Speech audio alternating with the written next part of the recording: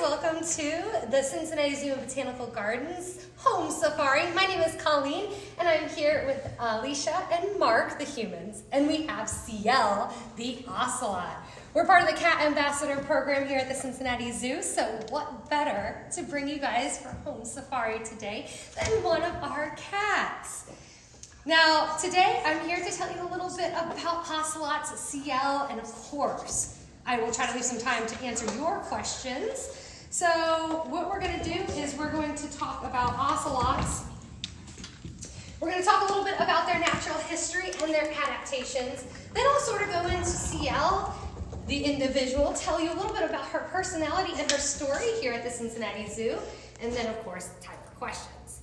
Now the first thing that you'll notice when you see Sihil is that she looks like a domestic cat, but a lot of differences. I'm sure if you have domestic cat at home, you're going to be able to pick out those differences and similarities. So while you're watching this, I want you to really look at those things and say, hey, does my cat at home have that or not? We're going to talk a little bit about adaptations first. Now, the ocelot is a nocturnal predator. She's a carnivore that is native to the rainforests of Central and South America.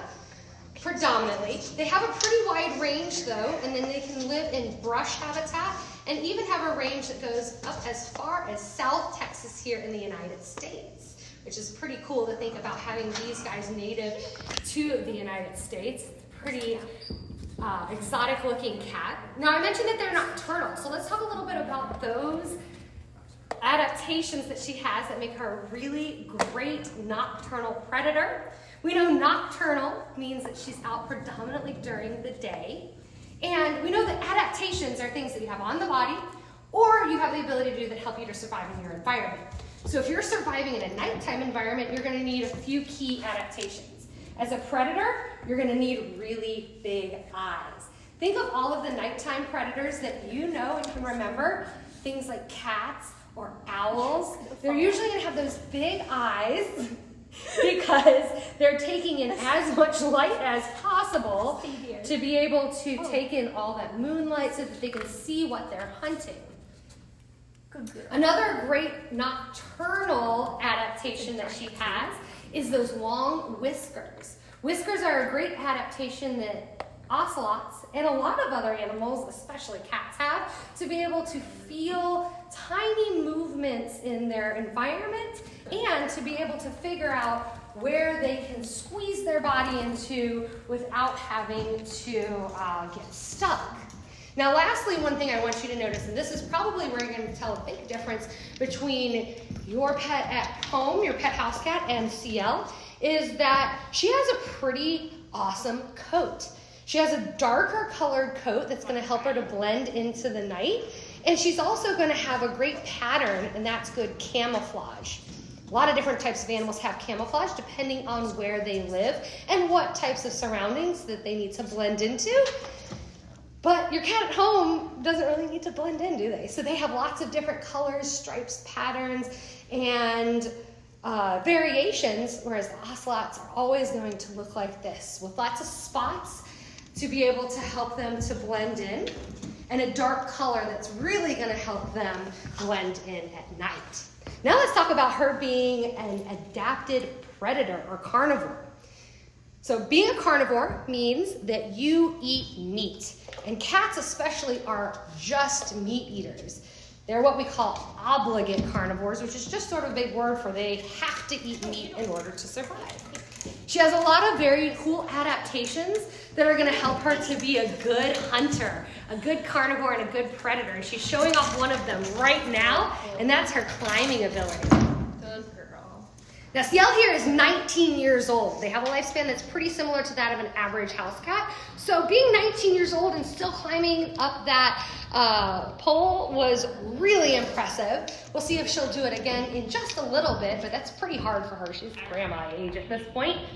But what that's going to do as an ocelot's adaptation to help them to be a good hunter is they can climb up trees, looking for things that they'd want to eat up in the tops of the canopies, or they can climb a controlled climb down like you were able to see her do just a minute ago. That helps them to look down at the rainforest forth of what she might want to eat as well.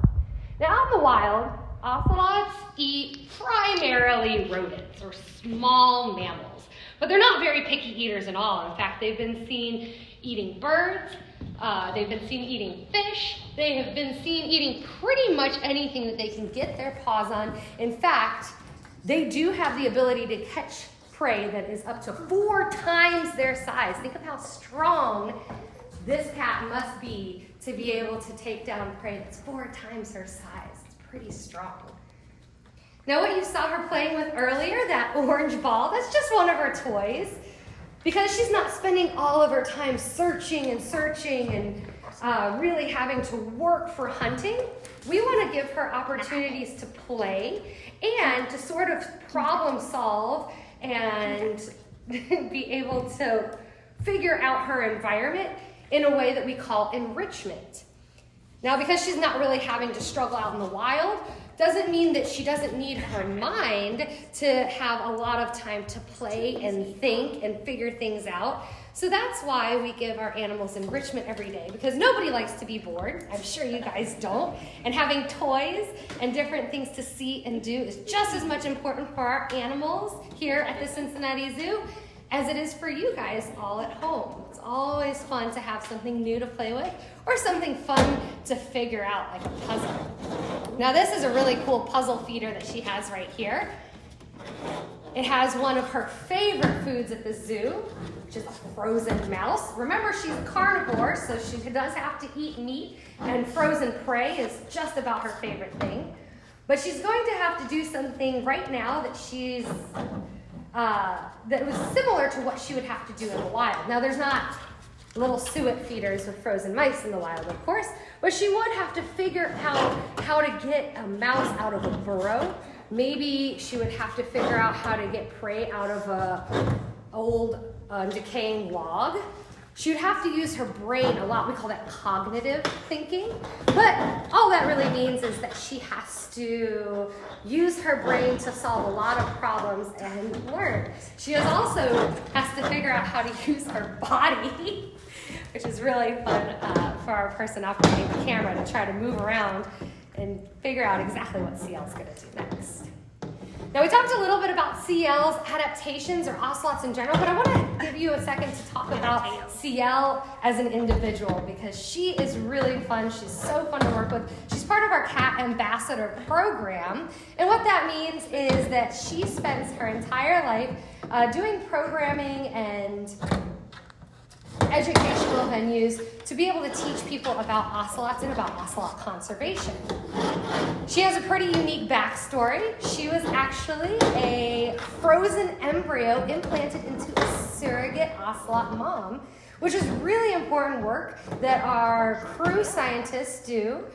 And she was the first exotic cat, the first exotic cat to have a successful frozen embryo, which is actually how she gets her name. CL means to be born again. Yay, CL, you got that mouse. Great job.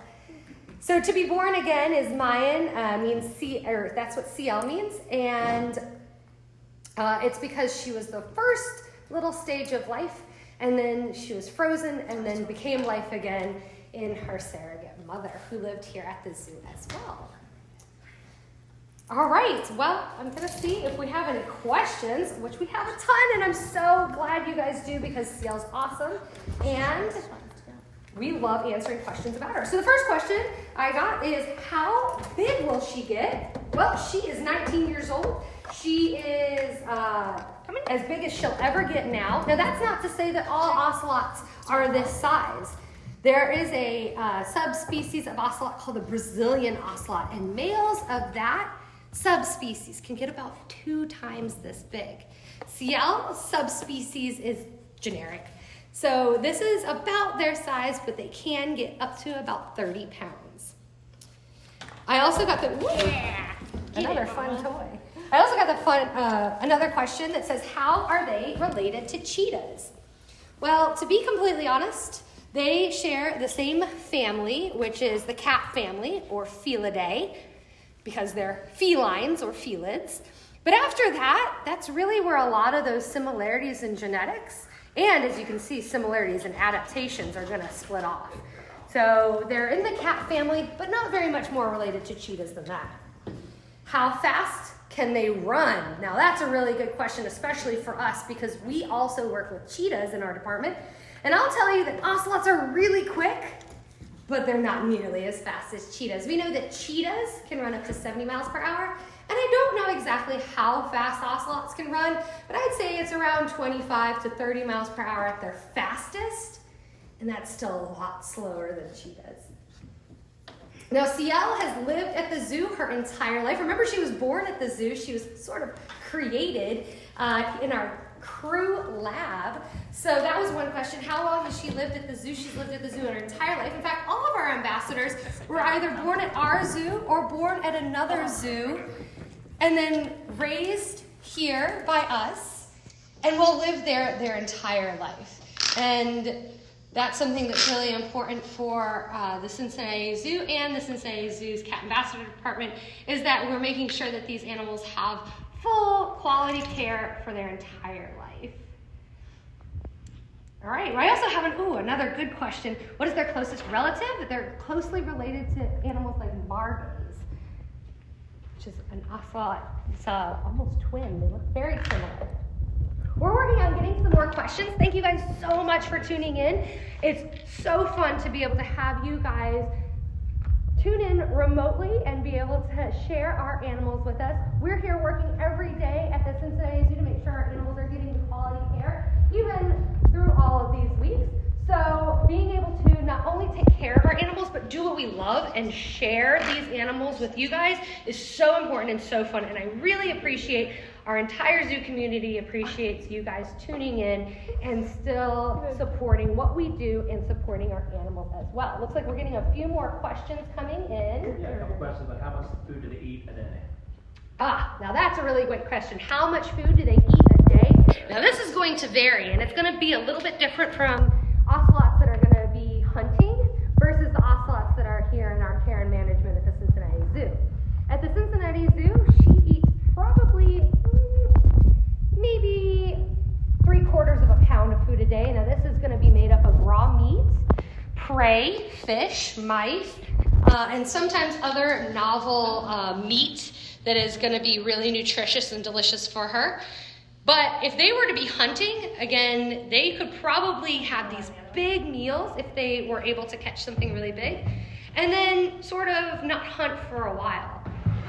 That's just really dependent on how much they are hunting and what types of things they're hunting. Now, you'll see her playing with some of her toys right now and also rubbing on it.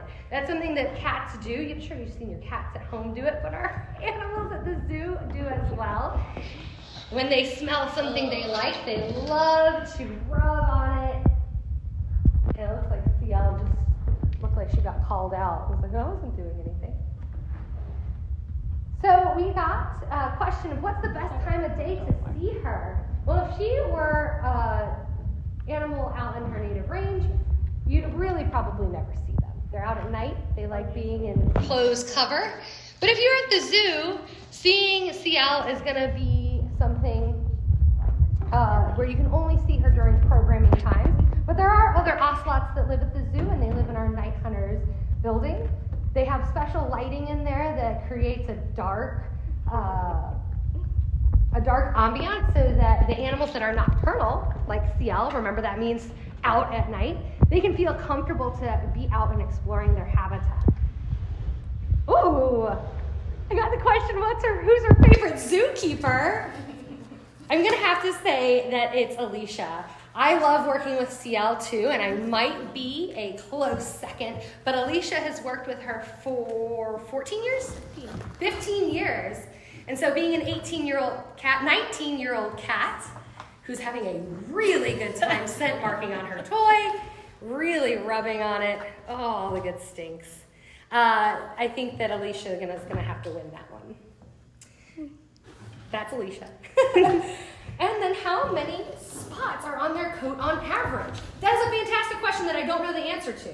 So, still frame it right now and count the spots. No, I'm just kidding. Their spots are really interesting. Her pattern is really a lot of different types of spots. You'll see she has nice closed ones. She has ones that are a little bit more open with dots in the middle. We call those rosettes. Those are really beautiful spot patterns, very similar to a jaguar's coat.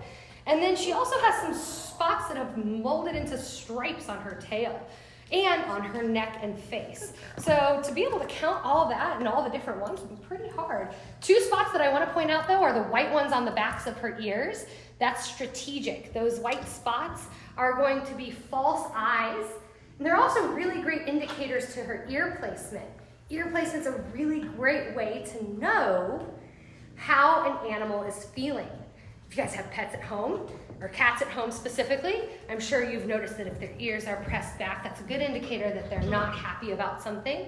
If their ears are fully forward, they're alert and really investigating their environment. And if they're sort of relaxed, then that means that they are, well, relaxed. So having those white spots on the back of the ear help other animals to not only feel like they know the communication that the animal is giving, but it also is going to act as a set of fake eyes so that other animals might be confused about what position this animal is looking. And that's really great for camouflage and for hunting as well. We had another good question. It's two parts about Two training. parts. First, they want to know how hard it is to train a large cat species. And then they also have an 8-year-old at home that wants to become a really good house cat trainer. Cool. And want to know if you have any tips for them. Absolutely. So I'd say that training a big cat or an exotic cat is a little bit difficult just because of the types of animals they are. It takes a lot of time and it takes a big commitment to knowing these animals and knowing their individual personalities as well as their species personalities. You can see Sihil right now rubbing on a perch where birds have sat, so it must have really fun smells on it, and you can see she's really rubbing on that. So other than that though, to be able to train cats is really just the same basic principles of animal training in general. If you guys at home have worked on training with your dog, we really use the exact same types of techniques as far as positive reinforcement, operant learning, and doing a lot of relationship building and desensitization as well. Now, for anybody at home that's really wanting to work with training their house cats or their dogs, this is a great time to do it if you're at home a little bit more than usual, because one of the biggest things to be able to have when you're training an animal is time and patience. Consistency is the other biggest part. And what I recommend that you do first and foremost before you start training with your animal at home is to find out what is something really, really positive that can act as a reward, reinforcement, or basically like a payment for the types of behaviors you're asking for. Now, whether that be a treat, a toy, some dogs usually like getting scratches as reinforcements or rewards. Sihil, not so much. She prefers the food, as you guys saw earlier. Now, those are really great questions, and I absolutely love it. All right. Well, again, I want to thank you guys so much for tuning in to the Cincinnati Zoo and Botanical Gardens Home Safari. We have loved sharing our Ocelot with you. Sihil has had a blast being out here, smelling everything, seeing everything. You know, this might be fun for you guys at home, but it's super fun for our animals to get out, see new things, and enjoy their new spaces as well. This is fun enrichment for them. So we thank you guys for tuning in and having the interest in tuning in, because not only is it great for you guys at home, it helps us share our passions, and it allows for our animals to have fun and novel opportunities as well. Now, I do want to say, if you're loving this, we are hoping to have 3 o'clock tomorrow is going to be Mow the Sloth. So sloth lovers out there, mark your calendars, set an alarm, 3 o'clock, log in, and we'll have more animals for you on our home safari program. Thanks, guys. Bye.